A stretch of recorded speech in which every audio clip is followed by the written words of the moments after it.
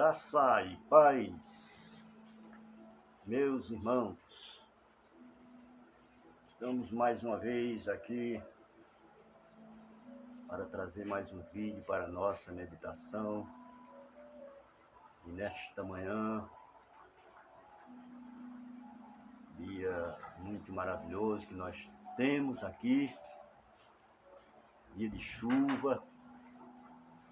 Como eu não fui trabalhar hoje, eu estou aqui para fazer um vídeo mais uma vez, aproveitar e fazer mais um vídeo. Para quem não me conhece, eu sou o irmão José Silva. Este é o meu canal, A Bíblia Sem Fermento. Quero meditar aqui junto com você que está assistindo esse vídeo aqui, uma palavra muito importante, uma palavra que foi escrita ou ditada, mas foi ele quem é o autor da carta, que é Paulo. Uma palavra inspirada pelo Espírito para os irmãos de Tessalonicenses, capítulo 1, versículo 5 em diante, que diz assim a palavra. Vou baixar o volume aqui um pouco.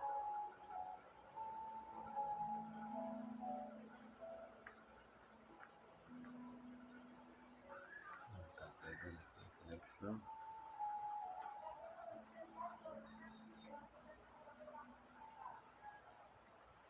Bom, desculpa aí, eu atrapalho aqui, mas... Bom mesmo.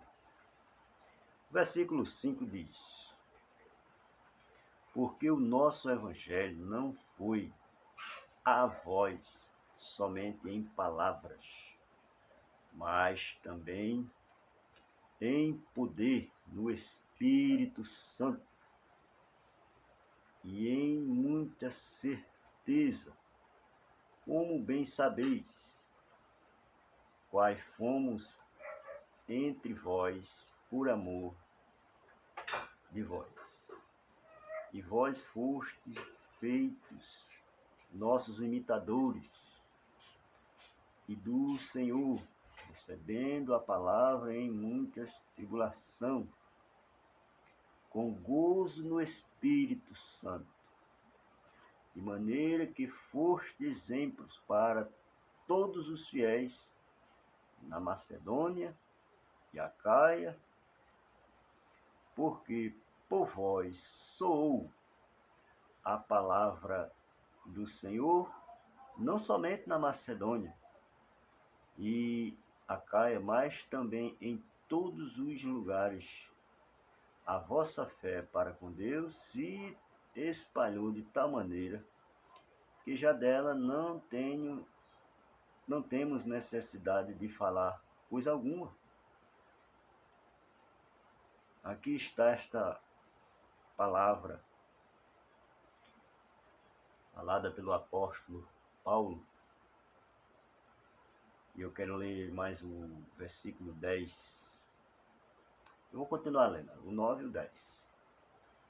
Porque eles mesmos anunciam de nós qual a entrada que tivemos para convosco, e como dos ídolos vos convertestes a Deus, para servir ao Deus vivo e verdadeiro, e esperar dos céus a seu Filho, a quem ressuscitou dos mortos, a saber, Jesus, que nos livra da ira futura. Meus irmãos, aqui está esta palavra, que olhando assim, somente lida, ou olhando com os olhos do sistema religioso, ela pode ser entendida só, como o último versículo falou, apontando ainda para o futuro. Que Paulo escreveu para os Tessalonicenses, Cristo ainda não tinha voltado, ainda não era, por volta dos anos 50 a 52, até 54, por aí assim, foi escrita essa carta aos Tessalonicenses. E aqui nós vemos que Paulo,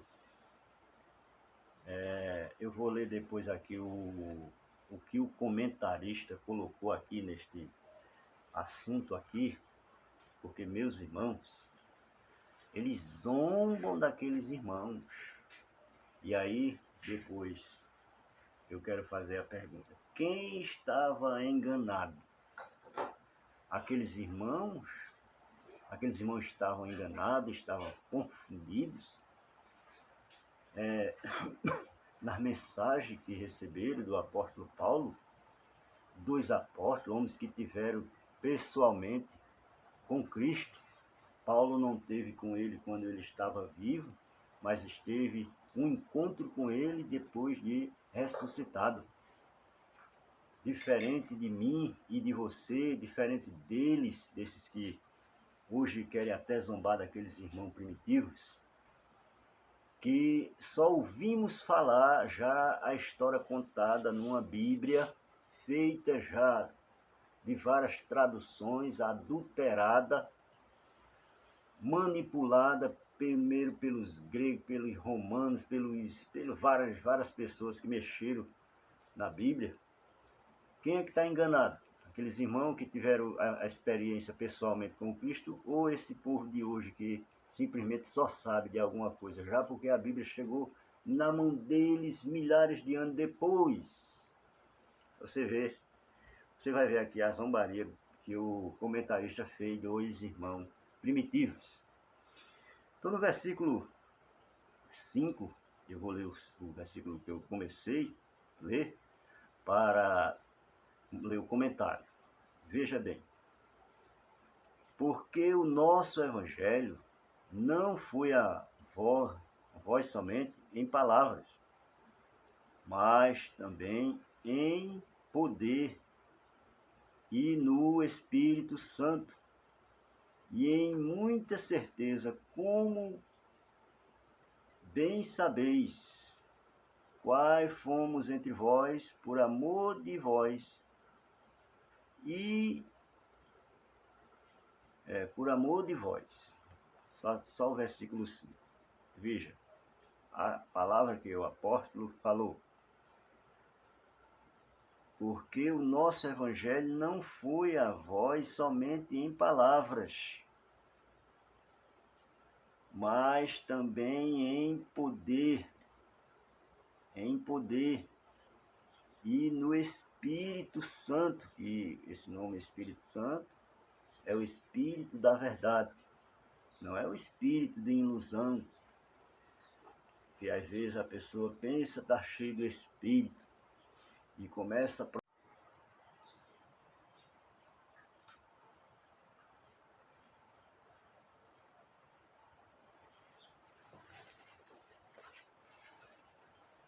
Bom, meus irmãos, houve um corte aqui no vídeo.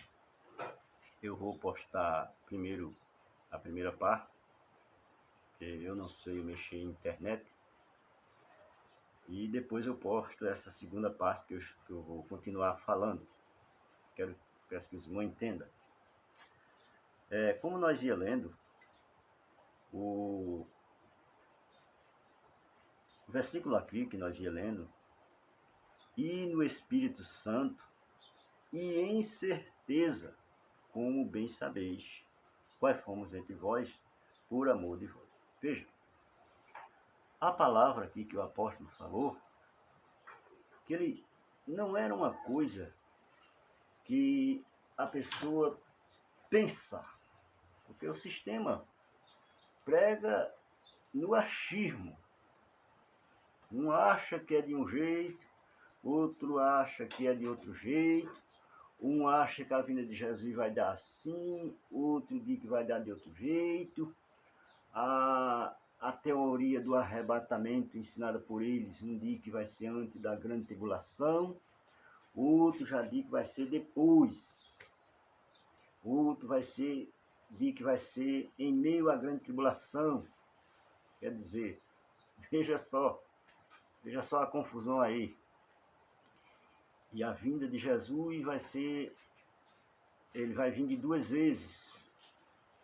Tudo isso aí eles fazem os estudos, como os irmãos sabem, tirando da Bíblia suas teses, suas ideias, suas ideologias, suas homiléticas, né? Homilética, com as suas exegeses de estudos. Como diz, eles estudam muito, aprendem muito, fazem suas teologias, mas os irmãos já sabem aquela situação do funil. O funil ele tem a boca grande, porém a passagem do líquido é bem estreitinha, né? Tem que passar tudo lá na parte menor. Então, os homens aprendem, mas não pode fugir do que eles ensinam. Tudo tem que cair numa mesma ideia só. Eles não sabem de nada mesmo. Então, mas o apóstolo aqui falou que ele tinha certeza. Não é uma coisa pensar, eu acho, eu penso. De maneira nenhuma, ele tinha certeza. E aqueles irmãos estavam inteirados que a vinda de Cristo seria naquele primeiro século. Breve, como Cristo falou, como os apóstolos ensinavam, e toda a expectativa estava para aquele tempo. Mas veja o que comentou o comentarista dessa Bíblia aqui, que foi um pastor teólogo. O versículo 10 do capítulo 1, ele comenta: esperar do céu a seu filho.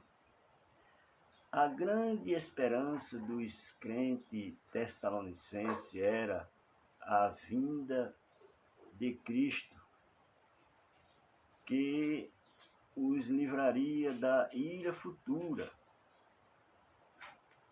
A genuína conversão a Cristo, segundo o Novo Testamento, abrange desviar-se do mal, voltar-se para Deus, a fim de aguardar a volta do seu Filho, esperar a volta de Cristo.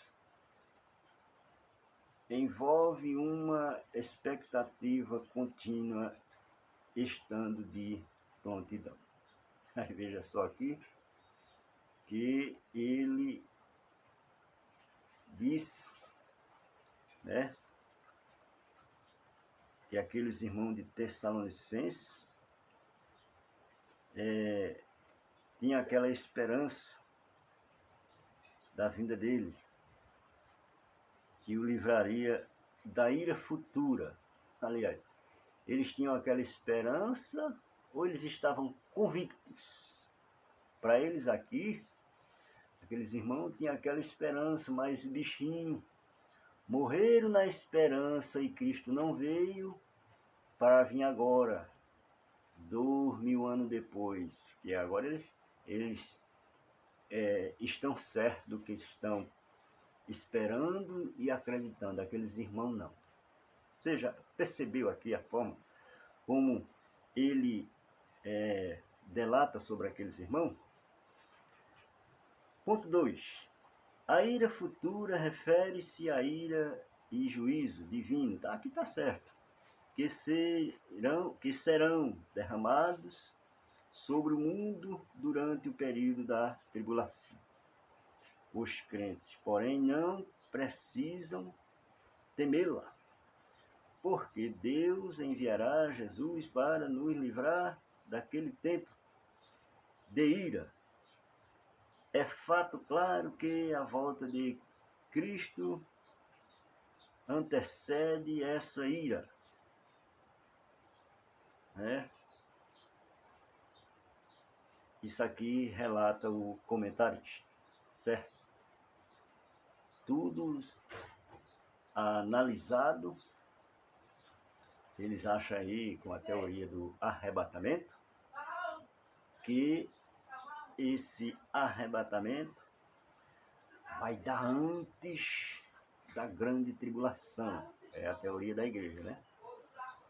Bom, essa é a primeira referência em Tessalonicenses à volta de Cristo, quando então para arrebatar os seus santos e levá-los à casa do Pai.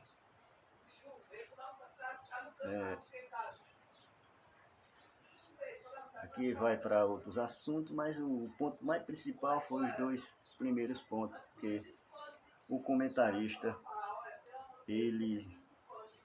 E tem outras partes ainda, que eles falam que aqueles irmãos daquelas igrejas, como de Corinto, como de Éfeso, como de Tessalonicenses mesmo, eles achavam que a volta de Cristo seria naquele tempo. Esse mesmo comentarista aqui, parece que eu já falei isso em outro vídeo para os irmãos. Mas aqueles irmãos, eles não achavam, eles estavam certos. Quem estava enganado? Eles ou o sistema religioso? Eu, graças a Deus, já não faço mais parte dessa heresia, dessa ilusão. Já não sou mais escravo, porque quando estamos lá somos escravos, por conta desse medo, desse arrebatamento, o medo do mito do inferno que eles ensinam. O homem se sujeita, se curva ao seu líder e faz tudo o que eles mandam. Quando lá um obreiro é aprovado porque, coitado, é por causa dessas ameaças, desses medos, e coloca também em seu coração o pensamento de ser alguma coisa lá, de ganhar cargos mais elevados, de subir degraus, porque só sobe degraus se ser aprovado por eles. Eles dizem que é por Deus. Mentira. É pelo homem, que muitos deles lá são justos na maneira que eles compreendem lá. Se entregam uma vida casta, uma vida de retidão e obediência, na cegueira, sem entender a verdade da graça. Se sacrifica o tempo todo da vida e a nada chega, porque não agrada a eles. Entendeu?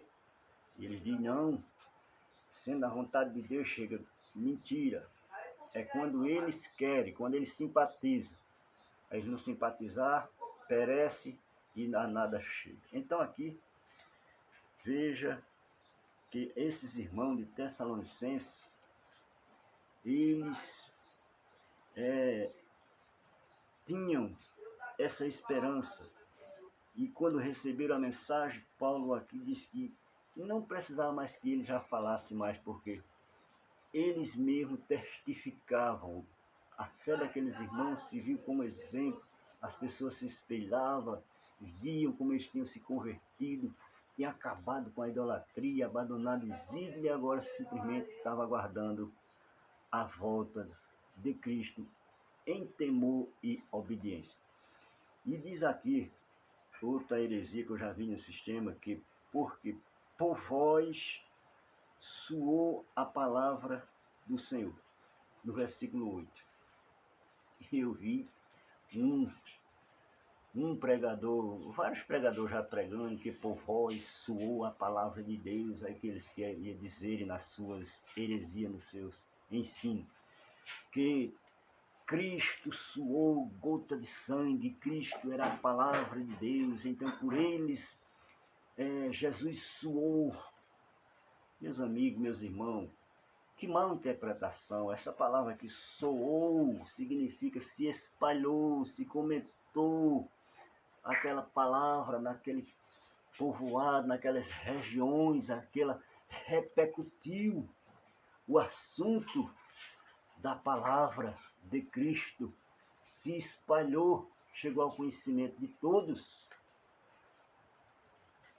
foi isso aqui que o apóstolo estava dizendo: por vós soou a palavra do Senhor, de maneira, né? Mas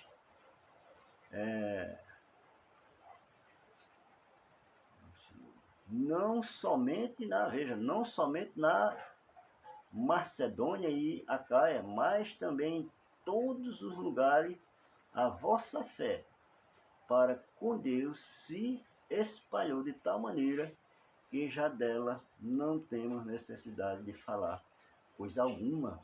As pessoas tinham crido, já sabiam, já estavam cientes e crendo que Cristo era o enviado de Deus, o Messias, o Salvador.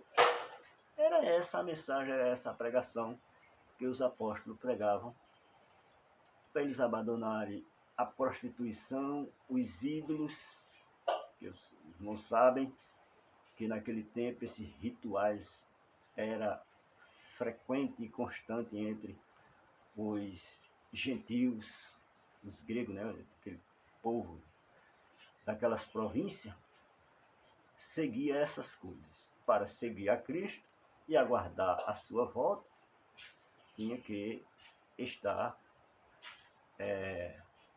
afastado dessas coisas. Então, nesta manhã, são esse versículo para a minha e para a sua meditação. Graça e paz, um abraço para todos os irmãos, um abraço para o meu irmão do canal Colírio da Graça e Família, também um abraço para o meu irmão do canal Limpo pela Graça, né, irmão? Parece que é irmão Cláudio, acho que é Cláudio. Deus te abençoe, meu irmão, continue firme assim, nos seus testemunhos, nas suas mensagens sobre esta graça, que é muito bom, né, a gente ficar assistindo, e que Deus abençoe a todos, e compartilhe esse vídeo.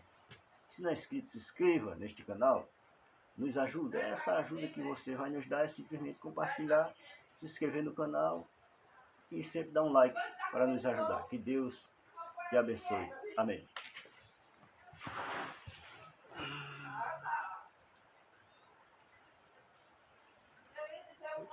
Veja aí que coisa linda, né? Isso aí glorifica a Deus. Eu gosto de colocar esse cenáriozinho aí, porque tanto eu já estou aqui falando da grandeza de Deus, como esse cenário aí também glorifica ao Criador.